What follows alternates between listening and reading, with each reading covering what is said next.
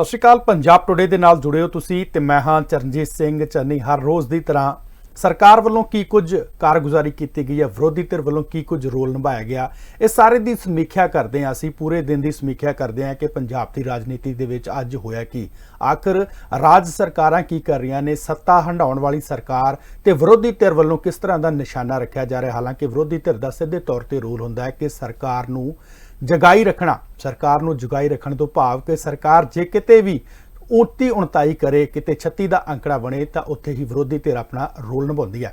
इन्हां गल्लां नूं लैके असीं हर रोज़ किसी ना किसी सियासी धिर दे नाल भी जुड़दे हां ते सियासी माहिरां दे नाल भी जुड़दे हां। इसे नूं लैके अज असीं दो वड्डे सियासी माहिरां दे नाल जुड़े हां। साडे नाल दो सियासी माहिर साडे स्टूडियो दे विच मौजूद ने। दलजीत सिंह चीमा जो काफ़ी लंबे अरसे तो सियासत नूं बड़े डूंघे तौर ते देखते हैं, बहुत बहुत धन्यवाद है दलजीत चीमा जी। ते सज्जन सिंह, उन्हां दा भी जो इतिहास देखा जाए, उन्हां दा भी पिछोकड़ देखा जाए तो काफ़ी ज़्यादा राज सत्ता हंडाउण वाली सरकारां दे उत्ते उन्हां दे वल्लों बहुत बारीकी दे नाल निगाह रखी गई है। उन्हां दे वल्लों भी किते ना किते सवाल चुके गए ने राजनीतिक माहिर होण दे तहत।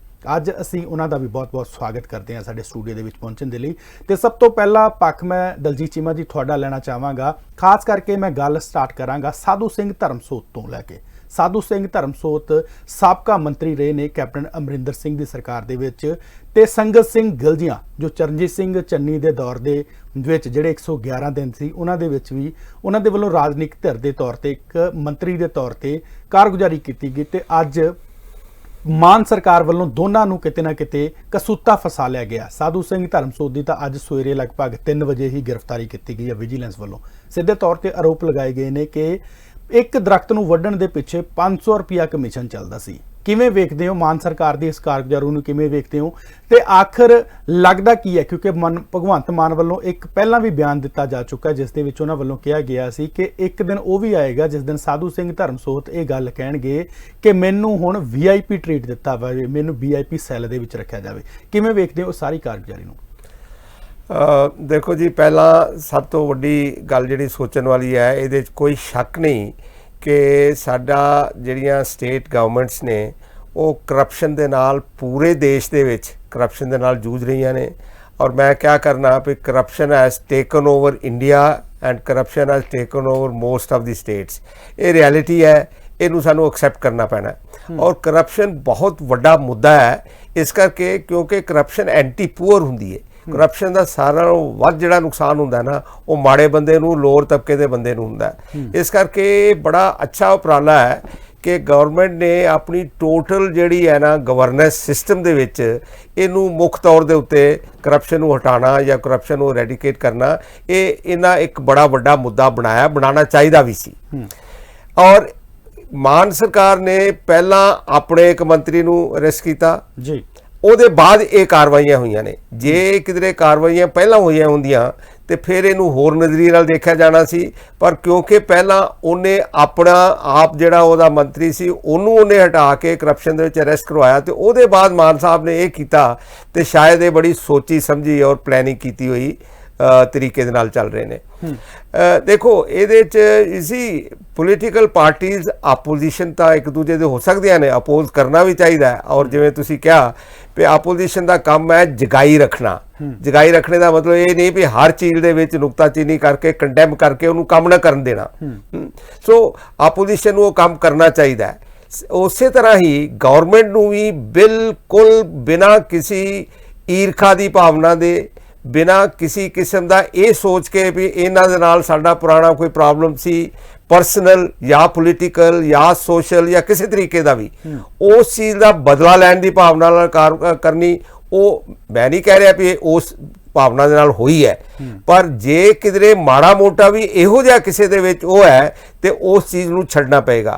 पोलीटिकल या पॉलिटिक्स दे विच एनीमी नहीं हो सकते, तुसीं विरोधी दा हो सकते हो और आइडियालॉजी जिहड़ी अलग हुंदी है हर एक दी, और हर एक ने अपनी आइडियालॉजी नूं सपोर्ट करना है, अच्छी गल है क्योंकि तुसी सो मान सरकार दी, आप सरकार दी अपनी आइडियालॉजी है, आप कांग्रेस दी अपनी आइडियालॉजी सी और वो रहणगे जिन्ने भी बंदे रह गए ने उन्हां दे वो कर रहे ने पूरा कोशिश।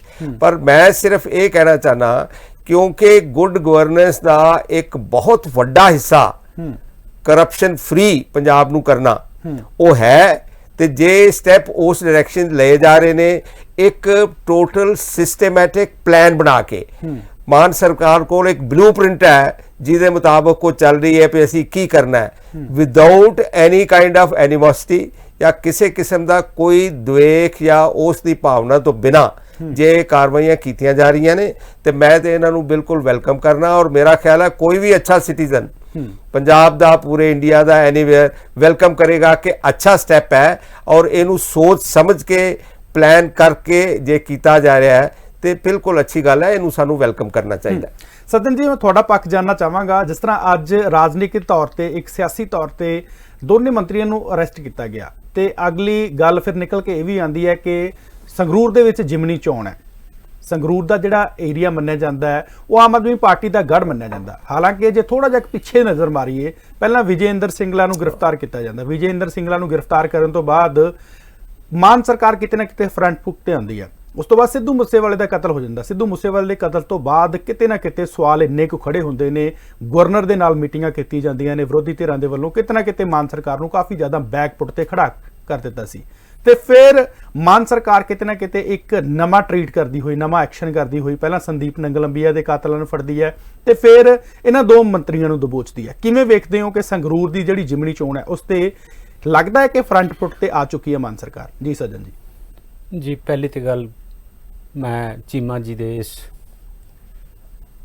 ਸ਼ਬਦਾਂ ਦੇ ਨਾਲ ਬਿਲਕੁਲ ਸਹਿਮਤ ਹਾਂ ਕਿ ਸਾਨੂੰ ਕੋਈ ਵੀ ਕੰਮ ਬਦਲਾ ਲਓ ਕਾਰਵਾਈ ਦੇ ਹਿਸਾਬ ਦੇ ਨਾਲ ਬਿਲਕੁਲ ਨਹੀਂ ਕਰਨਾ ਚਾਹੀਦਾ। ਦੂਸਰੀ ਗੱਲ, ਪੰਜਾਬ ਪਿਛਲੇ ਕਾਫੀ ਸਮੇਂ ਤੋਂ ਕਰਪਸ਼ਨ ਦੇ ਨਾਲ ਬੁਰੀ ਤਰ੍ਹਾਂ ਗਰਕ ਗਿਆ ਹੈ। ਬਹੁਤ ਸੀਰੀਅਸ ਐਲੀਗੇਸ਼ਨ ਲੱਗੇ ਸਨ ਪਹਿਲਾਂ ਵੀ ਧਰਮਸੋਤ ਦੇ ਖਿਲਾਫ, ਹੋਰ ਵੀ ਈਵਨ ਕੈਪਟਨ ਸਾਹਿਬ ਨੇ ਵੀ ਜਦੋਂ ਕਿਹਾ ਸੀਗਾ, ਜਦੋਂ ਉਹਨਾਂ ਨੂੰ ਚੀਫ ਮਿਨਿਸਟਰ ਤੋਂ ਗੱਦੀ ਤੋਂ ਜਾਣਾ ਪਿਆ ਕਿ ਮੇਰੇ ਪਾਸ ਫਾਈਲ ਪਈ ਹੈ, ਐਸੇ ਲੋਕ ਨੇ, ਐਸੇ ਮਿਨਿਸਟਰ ਨੇ ਜਿਨ੍ਹਾਂ ਦੇ ਕੋਲ ਬਹੁਤ ਕਰਪਸ਼ਨ ਦੇ ਵਿੱਚ ਇੰਡਲਜ ਨੇ। ਪਹਿਲੀ ਤਾਂ ਗੱਲ ਮੈਂ ਗੱਲ ਕਹਿਣੀ ਚਾਹਨਾ ਕਿ ਜੇ ਵਾਕਿਆ ਤੁਸੀਂ ਨੇ ਸਿੰਸੀਅਰ ਹੋ, ਆਪਣੇ ਸਮਿਆਂ ਦੇ ਵਿੱਚ ਤੁਹਾਨੂੰ ਐਕਸ਼ਨ ਲੈਣਾ ਬਣਦਾ ਸੀ। ਤੁਸੀਂ ਉਹ ਨਹੀਂ ਕੀਤਾ। ਉਸ ਤੋਂ ਬਾਅਦ ਉਹ ਭਾਵੇਂ ਸਹੀ ਵੀ ਹੋਣ ਤੇ ਉਹਨੂੰ ਰਾਜਨੀਤਿਕ ਰੰਗਤ ਦੂਸਰੇ ਲੋਕ ਦੇਣਗੇ ਜੀ। ਬਟ ਦੇਰ ਆਏ ਦਰੁਸਤ ਆਏ। ਜੇ ਇਹ ਸਟੈਪ ਲਿਆ ਗਿਆ, ਇਹਨੂੰ ਇਮਾਨਦਾਰੀ ਦੇ ਨਾਲ, ਇਸ ਢੰਗ ਦੇ ਨਾਲ ਲੈਣਾ ਚਾਹੀਦਾ ਕਿ ਬਿਲਕੁਲ ਨਿਰੋਲ ਸਪਸ਼ਟ ਸ਼ਬਦਾਂ ਵਿੱਚ ਮੈਂ ਗੱਲ ਕਹਿਣੀ ਚਾਹਨਾ ਕਿ ਕਿਸੇ ਨੂੰ ਵੀ ਬਖਸ਼ਿਆ ਨਾ ਜਾਏ, ਲੇਕਿਨ ਕਿਸੇ ਨੂੰ ਅਨਸੈਸਰੀ ਟਾਰਗੇਟ ਵੀ ਨਾ ਕੀਤਾ ਜਾਏ।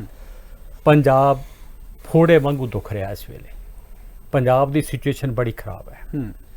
ਇੱਕ ਪਾਸੇ ਗੈਂਗਸਟਰਸ ਨੇ ਪੋਜੀਸ਼ਨ ਪੈਦਾ ਕਰ ਦਿੱਤੀ ਹੈ, ਦੂਸਰੇ ਪਾਸੇ ਨਸ਼ੇ ਨੇ ਪੰਜਾਬ ਤਬਾਹ ਕਰ ਦਿੱਤਾ, ਕਰਪਸ਼ਨ ਦੀਆਂ ਜੜ੍ਹਾਂ ਬਣ ਗਏ ਨੇ। ਸਾਨੂੰ ਖਤਰਾ ਲੱਗ ਰਿਹਾ ਕਿ ਆਉਣ ਵਾਲੇ ਦਿਨਾਂ ਦੇ ਵਿੱਚ ਪੰਜਾਬ ਦੇ ਵਿੱਚ ਜੇ ਇਹਨਾਂ ਚੀਜ਼ਾਂ ਦੇ ਉੱਤੇ ਕਾਬੂ ਨਾ ਪਾਇਆ ਗਿਆ ਤੇ ਨਾ ਕੋਈ ਵੱਡੀ ਇੰਡਸਟਰੀ ਆਣੀ ਆ, ਨਾ ਕੋਈ ਇਨਵੈਸਟਰ ਆਏਗਾ। NRI ਭਰਾ ਪਹਿਲਾਂ ਹੀ ਇੱਥੋਂ ਪ੍ਰਾਪਰਟੀ ਵੇਚ ਕੇ ਆਪਣੇ ਐਸੈਟਸ ਬਾਹਰ ਲਿਜਾਣ ਦੇ ਵੱਲ ਗੰਭੀਰਤਾ ਦੇ ਨਾਲ ਸੋਚ ਰਹੇ ਨੇ ਔਰ ਕਰ ਵੀ ਰਹੇ ਨੇ। ਰਹੀ ਗੱਲ ਚੋਣ ਦੀ, ਮੈਂ ਇੱਕ ਗੱਲ ਸਪਸ਼ਟ ਕਰਨੀ ਚਾਹੁੰਦਾ ਜੀ, ਚੋਣਾਂ ਆਉਂਦੀਆਂ ਰਹਿਣੀਆਂ, ਜਾਂਦੀਆਂ ਰਹਿਣੀਆਂ। ਚੋਣ ਦੇ ਐਂਗਲ ਤੋਂ ਇਹ ਕੰਮ ਨਹੀਂ ਕਰਨਾ ਚਾਹੀਦਾ। ਇਮਾਨਦਾਰੀ ਦੇ ਨਾਲ ਲੋਕਾਂ ਦੇ ਸਾਹਮਣੇ ਸਪਸ਼ਟ ਇਹ ਗੱਲ ਸਾਹਮਣੇ ਆ ਜਾਣੀ ਚਾਹੀਦੀ ਹੈ ਕਿ ਕਰਪਟ ਨੂੰ ਬਿਲਕੁਲ ਬਖਸ਼ਿਆ ਨਾ ਜਾਏ, ਉਹ ਚਾਹੇ ਆਪਣਾ ਹੋਵੇ ਤੇ ਚਾਹੇ ਉਹ ਆਪੋਜੀਸ਼ਨ ਦਾ ਹੋਵੇ, ਲੇਕਿਨ ਟਰਾਂਸਪੇਰੈਂਟ ਜ਼ਰੂਰ ਹੋਣਾ ਚਾਹੀਦਾ। ਬਿਲਕੁਲ ਠੀਕ ਹੈ। ਕਿਤੇ ਨਾ ਕਿਤੇ ਜੇ ਟਰਾਂਸਪੇਰੈਂਸੀ ਹੋਏਗੀ ਤਾਂ ਲੋਕਾਂ ਦਾ ਵਿਸ਼ਵਾਸ ਬਣੇਗਾ, ਨਹੀਂ ਤਾਂ ਸਾਡਾ ਜੋ ਸਿਸਟਮ ਹੈ, ਸਾਡੇ ਲਾਅ ਦੇ ਵਿੱਚ ਇੰਨੀਆਂ ਵੀਕਨੈਸਿਸ ਨੇ, ਅਸੀਂ ਵੱਡੇ ਵੱਡੇ ਸੀਰੀਅਸ ਐਲੀਗੇਸ਼ਨ ਲੱਗਦੇ ਵੀ ਦੇਖੇ ਪਿਛਲੇ ਸਮਿਆਂ 'ਚ, ਪਰ ਬਾਅਦ ਦੇ ਵਿੱਚ ਨਿਕਲਿਆ ਕੁਛ ਨਹੀਂ। ਇਹਦੇ ਰਿਜ਼ਲਟਸ ਆਣੇ ਚਾਹੀਦੇ ਨੇ। It should B result oriented. ਜੇ ਰਿਜ਼ਲਟਸ ਨਹੀਂ ਨਿਕਲਦੇ, ਇਹਦੇ ਪੋਜ਼ਿਟਿਵ ਨਿਕਲਦੇ, ਤਾਂ ਫਿਰ ਬਹੁਤ ਮਾੜਾ ਹਾਲ ਹੈ। ਪਰ ਸਵਾਲ ਫਿਰ ਇਹ ਵੀ ਖੜਾ ਹੁੰਦਾ ਹੈ ਕਿ ਲੰਬਾ ਅਰਸਾ ਹੈ, ਜੇ ਰਾਜਨੀਤੀ ਨੂੰ ਤੁਸੀਂ ਤਾਂ ਮੇਰੇ ਤੋਂ ਵੀ ਜ਼ਿਆਦਾ ਡੂੰਘਾਈ ਦੇ ਨਾਲ ਦੇਖਿਆ, ਤੁਸੀਂ ਸਰਕਾਰਾਂ ਨੂੰ ਉਹਨਾਂ ਦੇ ਕੰਮਾਂ ਦੇ ਤਹਿਤ ਦੇਖਿਆ, ਅਸੀਂ ਤਾਂ ਇੱਕ ਪੱਤਰਕਾਰ ਲਹਿਜੇ ਨਾਲ ਦੇਖਦੇ ਹਾਂ। ਸਵਾਲ ਇਹ ਵੀ ਖੜਾ ਹੁੰਦਾ ਹੈ ਕਿ ਅੱਜ ਤੱਕ ਕਿਸੇ ਲੀਡਰ ਨੂੰ ਫਿਰ ਟੰਗਿਆ ਕਿਉਂ ਨਹੀਂ ਗਿਆ, ਅੰਦਰ ਕਿਉਂ ਨਹੀਂ ਦਿੱਤਾ ਗਿਆ? ਹਾਲਾਂਕਿ ਆਰੋਪ ਸਭ ਤੇ ਲੱਗਦੇ ਦਿਖੇ, ਹਾਲਾਂਕਿ ਮਾਨ ਸਰਕਾਰ ਵੱਲੋਂ ਇਹ ਐਕਸ਼ਨ ਤਾਂ ਲਿੱਤਾ ਗਿਆ, ਜਿਸ ਤਰ੍ਹਾਂ ਤੁਸੀਂ ਕਹਿ ਰਹੇ ਹੋ ਕਿ ਬਖਸ਼ਿਆ ਨਹੀਂ ਜਾਣਾ ਚਾਹੀਦਾ। ਲੱਗਦਾ ਹੈ ਕਿ ਕਿਸ ਐਂਗਲ ਤੋਂ ਇਹ ਰਾਜਨੀਤੀ ਚੱਲ ਰਹੀ ਹੈ ਕਿਸ ਐਂਗਲ ਦੇ ਨਾਲ ਤੁਸੀਂ ਇਸ ਚੀਜ਼ ਨੂੰ ਬਿਆਨ ਕਰਦੇ ਹੋ? ਤੇ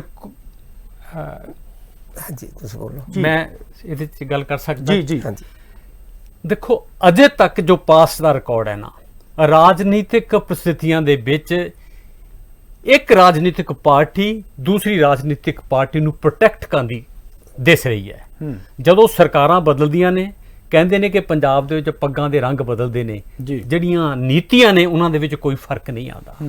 ਕਰਪਸ਼ਨ ਨੂੰ ਪ੍ਰੋਟੈਕਟ ਕੀਤਾ ਗਿਆ ਕਿਤੇ ਨਾ ਕਿਤੇ। ਹੁਣ ਦੇਖਣ ਵਾਲੀ ਗੱਲ ਇਹ ਹੈ ਕਿ ਮੌਜੂਦਾ ਸਰਕਾਰ ਕਿਆ ਇਸ ਦੌਰ ਚੋਂ ਬਾਹਰ ਨਿਕਲਦੀ ਹੈ ਜਾਂ ਨਹੀਂ ਨਿਕਲਦੀ। ਬਿਲਕੁਲ ਇਲੈਕਸ਼ਨ ਸਿਰ ਦੇ ਉੱਤੇ ਹੈ। ਇਹਨੂੰ ਇਲੈਕਸ਼ਨ ਦੇ ਨਾਲ ਜੋੜ ਕੇ ਮੈਂ ਨਹੀਂ ਚਾਹੁੰਦਾ ਕਿ ਇਹਨੂੰ ਦੇਖਿਆ ਜਾਵੇ। ਇਹਨੂੰ ਇਮਾਨਦਾਰੀ ਦੇ ਨਾਲ, ਇੰਡੀਪੈਂਡੈਂਟ ਵੇ ਦੇ ਨਾਲ ਇਹਦੀ ਇਨਕੁਆਇਰੀ ਹੋਵੇ ਔਰ ਬੜੀ ਤੇਜ਼ੀ ਦੇ ਨਾਲ ਇਹਦੇ ਉੱਤੇ ਅੱਗੇ ਵਧਿਆ ਜਾਏ। ਲੋਕਾਂ ਨੂੰ ਸੱਚਾਈ ਸਾਹਮਣੇ ਆਵੇ, ਕਿਤੇ ਰਿਲੀਫ ਮਿਲੇ।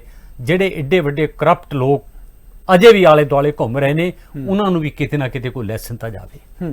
ਪਰ ਚੀਮਾ ਸਾਹਿਬ ਦੇਖੋ, ਜਿਸ ਤਰ੍ਹਾਂ ਸੱਜਣ ਜੀ ਵੱਲੋਂ ਸਵਾਲ ਜਵਾਬ ਦਿੱਤਾ ਗਿਆ, ਉਹਦੇ ਨਾਲ ਮੈਂ ਕਾਫੀ ਹੱਦ ਤੱਕ ਸਹਿਮਤ ਜ਼ਰੂਰ ਹਾਂ। ਪਰ ਸਵਾਲ ਮੈਂ ਇਹ ਖੜਾ ਕਰਨਾ ਚਾਹੁੰਦਾ ਹੈ ਕਿ ਰਾਜਨੀਤਿਕ ਦੌਰ ਦੇ ਵਿੱਚ ਪੰਜਾਬ ਸਿਰ ਦੇਖੋ ਕਰਜ਼ਾ ਕਿੰਨਾ ਚੜਿਆ।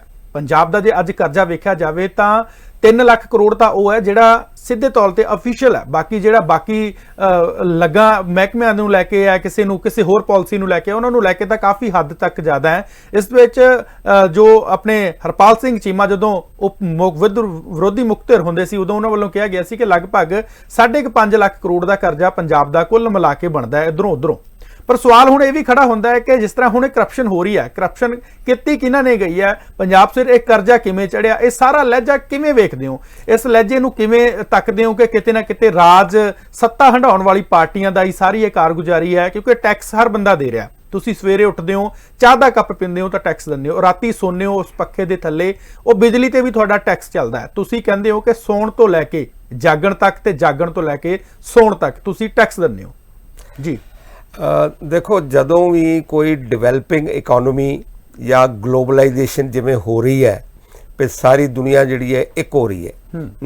ਜੋ ਯੂਕਰੇਨ 'ਚ ਹੋ ਰਿਹਾ ਉਹਦਾ ਸਾਡੇ ਉੱਤੇ ਡਾਇਰੈਕਟ ਅਸਰ ਹੋ ਰਿਹਾ ਹੈ। ਤੇ ਡਿਵੈਲਪਿੰਗ ਇਕਨੋਮੀ ਦੇ ਵਿੱਚ ਹਰ ਆਦਮੀ ਦੇ ਐਸਪੀਰੇਸ਼ਨਸ, ਐਕਸਪੈਕਟੇਸ਼ਨਸ ਕੀ ਉਹਨੂੰ ਚਾਹੀਦਾ ਹੈ, ਹੀ ਆਰ ਸ਼ੀ ਵਾਂਟਸ ਮੋਰ, ਉਹ ਜ਼ਿਆਦਾ ਮੰਗਦੇ ਹੈ। ਉਹਨਾਂ ਦੀ ਐਸਪੀਰੇਸ਼ਨ, ਐਕਸਪੈਕਟੇਸ਼ਨ ਵੱਧਦੀਆਂ ਜਾਂਦੀਆਂ ਨੇ। ਪੰਜਾਬੀ ਵੀ ਉਸੇ ਸੁਸਾਇਟੀ ਦੇ ਨੇ, ਸਾਡੀਆਂ ਵੀ ਐਕਸਪੈਕਟੇਸ਼ਨ, ਸਾਡੇ ਬੱਚਿਆਂ ਦੀਆਂ, ਸਾਡੀ ਫੈਮਿਲੀ ਦੀਆਂ, ਸਾਰੀਆਂ ਦਾ ਐਸਪੀਰੇਸ਼ਨ, ਐਕਸਪੈਕਟੇਸ਼ਨ ਜਿਵੇਂ ਗਰੋ ਕਰਦੀ ਹੈ ਇਕਾਨਮੀ, ਜਿਵੇਂ ਸੋਸ਼ਲ ਮੀਡੀਆ ਜਾਂ ਬਾਹਰ ਜੋ ਕੁਝ ਦੇਖਦੇ ਹਾਂ ਅਸੀਂ ਉਹ ਸਾਰੀਆਂ ਚੀਜ਼ਾਂ ਚਾਹੁੰਦੇ ਹਾਂ। ਤੇ ਮੇਰਾ ਖਿਆਲ ਹੈ ਕਰਪਸ਼ਨ ਦਾ ਇੱਕ ਬਹੁਤ ਵੱਡਾ ਕਾਰਨ ਇਹ ਵੀ ਹੈ ਕਿ ਇਹੋ ਜਿਹੀ ਐਕਸਪੈਕਟੇਸ਼ਨ ਜਿਹੜੀਆਂ ਅਨਰੀਅਲਿਸਟਿਕ ਨੇ, ਹਰ ਆਦਮੀ, ਹਰ ਬੱਚਾ ਉਹ ਚਾਹੁੰਦਾ ਵੀ ਮੇਰੇ ਕੋਲ ਫਟਾਫਟ ਛੇਤੀ ਛੇਤੀ ਮੇਰੇ ਕੋਲ ਪੈਸੇ ਵੀ ਹੋਣ, ਵੱਡੀਆਂ ਗੱਡੀਆਂ ਵੀ ਹੋਣ, ਸਭ ਕੁਝ ਹੋਏ। ਔਰ ਜਿਹੜੇ ਬੰਦਿਆਂ ਨੂੰ ਉਹ ਦੇਖਦੇ ਨੇ ਵੀ ਜਿਨ੍ਹਾਂ ਨੇ ਸ਼ਾਇਦ 50-50 ਸਾਲ ਲਾ ਕੇ ਉਹ ਸਭ ਕੁਝ ਕਮਾਇਆ, ਉਹ ਗੱਲ ਨੂੰ ਇਸ ਨੂੰ ਸਮਝਦੇ ਨਹੀਂ। ਇਸ ਕਰਕੇ ਡਿਵੈਲਪਿੰਗ ਇਕਨੋਮੀ, ਗਲੋਬਲਾਈਜ਼ਡ ਵਰਲਡ, ਇਹ ਐਸਪੀਰੇਸ਼ਨ, ਐਕਸਪੈਕਟੇਸ਼ਨ ਵਧਣਗੀਆਂ, ਕਰਪਸ਼ਨ ਵਧੇਗੀ। ਹੁਣ ਦੂਜੀ ਗੱਲ ਇਹ ਵੀ ਹੈ ਵੀ ਜਿਵੇਂ ਕਰਪਸ਼ਨ ਵੱਧਦੀ ਹੈ ਔਰ ਜਿੰਨੇ ਜ਼ਿਆਦਾ ਤੁਸੀਂ ਲਾਅ ਬਣਾਉਂਦੇ ਹੋ, ਉਨੇ ਹੀ ਉਹ ਲਾਅ ਨੂੰ ਤੋੜਨ ਵਾਸਤੇ ਨਵੇਂ ਸਿਸਟਮ ਬਣ ਜਾਂਦੇ ਨੇ। ਇਸ ਕਰਕੇ ਮੋਰ ਦੀ ਕਰਪਸ਼ਨ, ਮੋਰ ਦੀ ਲਾਸ, ਔਰ ਉਹਨਾਂ ਦਾ ਅਸਰ ਨਹੀਂ ਹੁੰਦਾ, ਇਫੈਕਟਿਵ ਨਹੀਂ ਹੁੰਦੇ। ਚਾਹੇ ਉਹਦੇ ਜੁਡੀਸ਼ਰੀ ਦੀ ਕਮਜ਼ੋਰੀ ਸਮਝ ਲਓ ਜਾਂ ਸਾਡੇ ਪੋਲੀਟੀਕਲ ਸਿਸਟਮ ਦੀ ਜਿਹੜਾ ਪ੍ਰੋਟੈਕਟ ਕਰਦਾ, ਜਿਵੇਂ ਗੱਲ ਕਰ ਰਹੇ ਸਨ ਭਾਈ ਸਾਹਿਬ, ਜਾਂ ਜਿਵੇਂ ਤੁਸੀਂ ਪੁਲਿਸ ਦੀ ਜਿਹੜੀ ਉਹਦੀ ਕਰਪਸ਼ਨ ਦੀ ਸਮਝ ਲਓ ਵੀ ਉਹ ਨਹੀਂ ਇਹੋ ਜਿਹਾ ਕੇਸ ਬਣਾਉਂਦੇ ਵੀ ਉਹਨੂੰ। ਗੱਲ ਇਹ ਹੈ ਵੀ ਜੇ ਮੋਰਲ ਕਰੇਜ ਹੋਏ ਪੋਲੀਟੀਸ਼ੀਅਨ ਦੀ, ਤੁਸੀਂ ਸਰਦਾਰ ਪ੍ਰਤਾਪ ਸਿੰਘ ਕੈਰੋਂ ਦੀ ਮੈਂ ਗੌਰਮੈਂਟ ਦੇਖੀ ਹੈ, ਮੈਂ ਬੱਚਾ ਸਾਂ ਉਦੋਂ, ਪਰ ਮੈਨੂੰ ਪਤਾ ਹੈ ਵੀ ਕਿਸ ਤਰੀਕੇ ਦੇ ਨਾਲ ਕੀ ਉਹਦਾ ਸਿਸਟਮ ਸੀ। ਉਸੇ ਤਰ੍ਹਾਂ ਹਰਿਆਣੇ ਦੇ ਵਿੱਚ ਬੰਸੀ ਲਾਲ ਹੋਰਾਂ ਦੀ ਵੀ ਅਸੀਂ ਗੌਰਮੈਂਟ ਦੇਖੀ ਹੈ। ਜਿੱਥੇ ਜਿੱਥੇ ਜਦੋਂ ਜਿਹੜੇ ਬੰਦੇ ਕੋਲ, ਉਹ ਇਹ ਨਹੀਂ ਮੈਂ ਕਹਿ ਰਿਹਾ ਕਿ ਉਹ ਬਿਲਕੁਲ ਨਿਰਪੱਖ ਸਨ ਔਰ ਉਹਨਾਂ ਕੋਈ ਪਾਰਸ਼ਲ ਨਹੀਂ ਸਨ ਤੇ ਕੋਈ ਹੇਰਾ ਫੇਰੀ ਨਹੀਂ ਹੋਈ ਤੇ ਕੁਝ ਹੋਈਆਂ, ਪਰ ਉਹ ਸਭ ਕੁਝ ਅੰਡਰ ਕੰਟਰੋਲ ਸੀ ਔਰ ਐਕਸ਼ਨ ਵੀ ਲਏ ਜਾਂਦੇ ਸਨ। ਹੁਣ ਜਦੋਂ ਮੋਰਲ ਕਰੇਜ ਕਿਸੇ ਪੋਲੀਟੀਕਲ ਹੈੱਡ ਕੋਲ, ਕਿਸੇ ਪਾਰਟੀ ਦਾ ਵੀ, ਚਾਹੇ ਉਹ ਕਾਂਗਰਸ ਦਾ ਹੋਏ ਜਾਂ ਬੀਜੇਪੀ ਦਾ ਜਾਂ ਕਿਸੇ ਅਕਾਲੀਆਂ ਦਾ, ਉਹ ਜਦੋਂ ਮੋਰਲ ਕਰੇਜ ਨਹੀਂ ਹੈ, ਔਰ ਦੂਜਾ ਸਾਡਾ ਜਿਹੜਾ ਨਾ ਕੀ ਫਰਕ ਪੈਂਦਾ ਐਟੀਟਿਊਡ ਹੈ, ਇਹ ਮੈਂ ਕਿਆ ਕਰਨਾ ਹਰ ਜਗ੍ਹਾ ਦੇ ਉੱਤੇ, ਕਿ ਅਦਰਵਾਈਜ਼ ਤੁਸੀਂ ਇਹ ਦੱਸੋ ਵੀ ਪੰਜਾਬੀ ਦੇ ਕੁਝ ਖਾਸ ਡਿਸਾਈਡਡ ਜਿਹੜੇ ਨਾ ਇਹੋ ਜਿਹੇ ਟ੍ਰੇਟ ਨੇ ਪੰਜਾਬੀ ਕਰੈਕਟਰ ਦੇ ਵਿੱਚ ਕਿ ਪੰਜਾਬੀ ਤੇ ਕਮਾਲ ਕਰ ਸਕਦਾ। ਪੰਜਾਬ ਨੂੰ ਟਰਨ ਅਰਾਊਂਡ ਕਰਨਾ ਜੇ ਪੰਜਾਬੀ ਸਿੰਸੀਅਰਲੀ ਸੋਚ ਲੇ ਤੇ ਮੇਰਾ ਖਿਆਲ ਹੈ ਮੁਸ਼ਕਲ ਕੰਮ ਨਹੀਂ, ਕਿਉਂਕਿ ਬਾਉਂਸ ਬੈਕ ਕਰਨਾ, ਰਿਜ਼ਿਲੀਅੰਸ ਉਹਦੇ 'ਚ ਹਿੰਮਤ ਹੋਣੀ, ਲੜਨਾ। ਔਰ ਸਾਡੇ ਐਂਟਰਪ੍ਰੀਨਰ ਜਿਹੜੇ ਨੇ ਇਹਨਾਂ ਦੇ ਮਜ਼ਾਕ ਹੁੰਦੇ ਨੇ, ਲੋਕੀ ਕਰਦੇ ਨੇ ਵੀ ਉਹ ਕਹਿੰਦੇ ਜੀ ਗਿਆ ਉੱਥੇ ਆਮਸਟਰੰਗ 1969 'ਚ ਤੇ ਉਹਨੇ ਸਮਝਿਆ ਵੀ ਮੈਂ ਪਹਿਲਾ ਬੰਦਾ ਆਇਆ ਉੱਥੇ ਚੰਦ ਦੇ ਉੱਤੇ। ਕਹਿੰਦੇ ਜੀ ਉੱਥੇ ਇੱਕ ਸਰਦਾਰ ਸਾਹਿਬ ਪਹਿਲਾਂ ਹੀ ਢਾਬਾ ਖੋਲ ਕੇ ਬੈਠੇ ਸਨ। ਇਹੋ ਜਿਹੇ ਮਜ਼ਾਕ ਮਤਲਬ ਐਂਟਰਪ੍ਰੀਨਰਸ਼ਿਪ ਦੇ।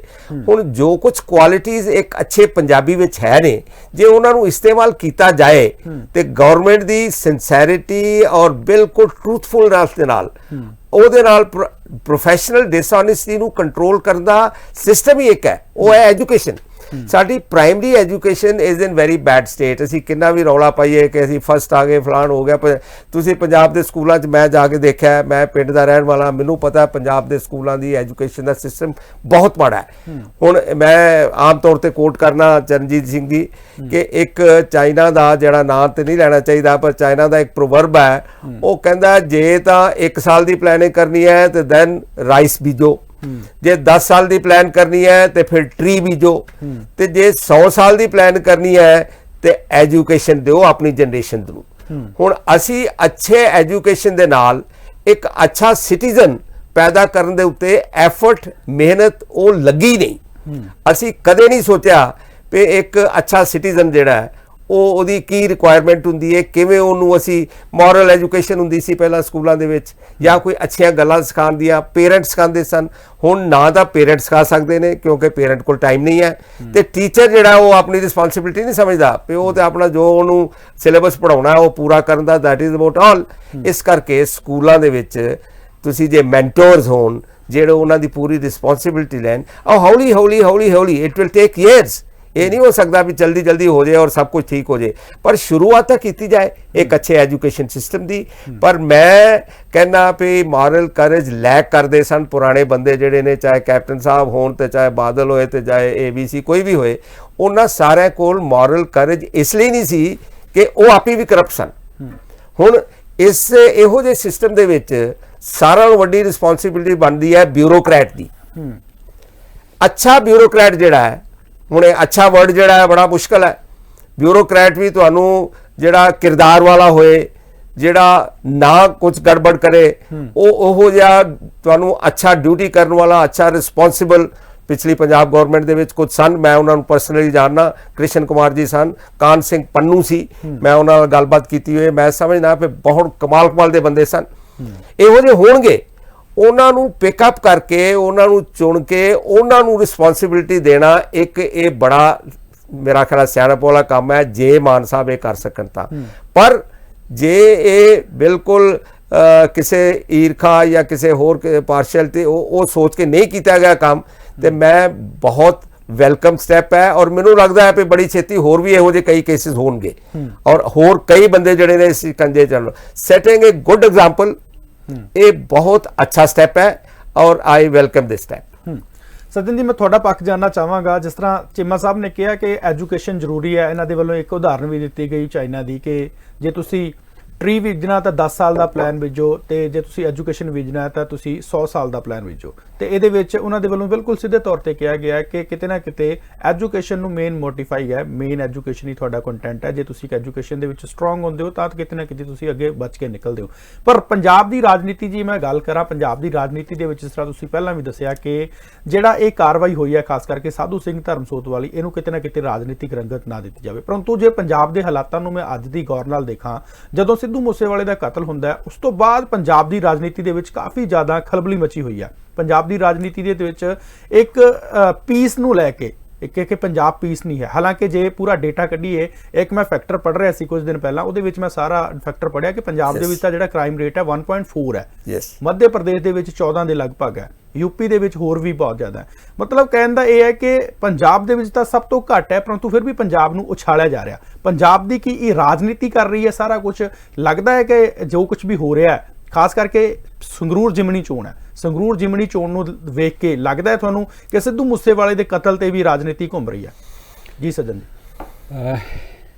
ਪਹਿਲੇ ਤਾਂ ਗੱਲ ਹੈ ਜੀ, ਪੰਜਾਬ ਦੇ ਕ੍ਰਾਈਮ ਨੂੰ ਬਾਕੀ ਦੇਸ਼ ਦੇ ਕ੍ਰਾਈਮ ਦੇ ਨਾਲ ਜੋੜ ਕੇ ਨਾ ਦੇਖਿਆ ਜਾਏ ਤਾਂ ਜ਼ਿਆਦਾ ਚੰਗਾ ਰਹੇਗਾ। ਬਹੁਤ ਅੱਛੇ। ਪੰਜਾਬ ਪ੍ਰੋਸਪਰਸ ਸਟੇਟ ਹੈ, ਪੰਜਾਬ ਗੁਰੂਆਂ ਪੀਰਾਂ ਦੀ ਧਰਤੀ ਹੈ, ਅਸੀਂ ਸ਼ਾਂਤੀ 'ਚ ਰਹੇ ਹਾਂ, ਬਹੁਤ ਕੁਝ ਸਾਨੂੰ ਵਿਰਾਸਤ 'ਚ ਬਹੁਤ ਚੰਗਾ ਮਿਲਿਆ। ਜਿਹੜਾ ਦੂਸਰੀਆਂ ਸਟੇਟਾਂ ਦੇ ਵਿੱਚ ਕ੍ਰਾਈਮ ਦੇ ਕੇਸਿਸ ਆ ਰਹੇ ਨੇ, ਉਹਨਾਂ ਦੀ ਬੈਕਗ੍ਰਾਉਂਡ ਹੋਰ ਹੈ। ਸਾਡਾ ਟੋਟਲੀ ਡਿਫਰੈਂਟ ਹੈ। ਸਾਡੇ ਜਿਹੜਾ ਇਹ ਵਧਿਆ ਹੈ ਪਿਛਲੇ ਕੁਝ ਸਮਿਆਂ ਦੇ ਵਿੱਚ ਬਹੁਤ ਚਿੰਤਾਜਨਕ ਹੈ। ਪਹਿਲੇ ਤੇ ਗੱਲ ਮੈਂ ਇੱਕ ਐਜੂਕੇਸ਼ਨ ਦੀ ਕਰਨੀ ਚਾਹਾਂਗਾ ਜੋ ਚੀਮਾ ਜੀ ਨੇ ਪਹਿਲਾਂ ਜ਼ਿਕਰ ਕੀਤਾ। ਮੈਨੂੰ ਅੱਜ ਵੀ ਯਾਦ ਹੈ ਕਿ ਜਿਸ ਪ੍ਰਾਇਮਰੀ ਸਕੂਲ 'ਚ ਮੈਂ ਪੜ੍ਹਿਆ ਉਸੇ ਪ੍ਰਾਇਮਰੀ ਸਕੂਲ ਪਿੰਡ ਦਾ ਹਰ ਬੱਚਾ ਪੜ੍ਹਿਆ। ਮੈਂ ਮਾਸਟਰਸ ਡਿਗਰੀ ਤੋਂ ਵੀ ਅੱਗੇ ਗਿਆ, ਬਟ ਮੈਨੂੰ ਆਪਣੇ ਉਹ ਸਟੂਡੈਂਟ ਸਾਥੀ ਸਾਰੇ ਅੱਜ ਵੀ ਯਾਦ ਨੇ। ਮੈਨੂੰ ਬਾਕੀ ਸਾਰੇ ਕੈਰੀਅਰ ਦੇ ਵਿੱਚ ਕੋਈ ਦੂਸਰੇ ਸਾਥੀ ਯਾਦ ਨਹੀਂ ਹੈਗੇ ਜਿਨ ਮੈਨੂੰ ਭਾਈਵਾਲਤਾ ਦਿੱਤੀ, ਸਾਂਝ ਦਿੱਤੀ, ਜਿਹਦੇ ਕਰਕੇ ਮੈਂ ਅੱਜ ਵੀ ਉਸ ਪਿੰਡ ਦੇ ਨਾਲ ਜੁੜਿਆ ਹੋਇਆ।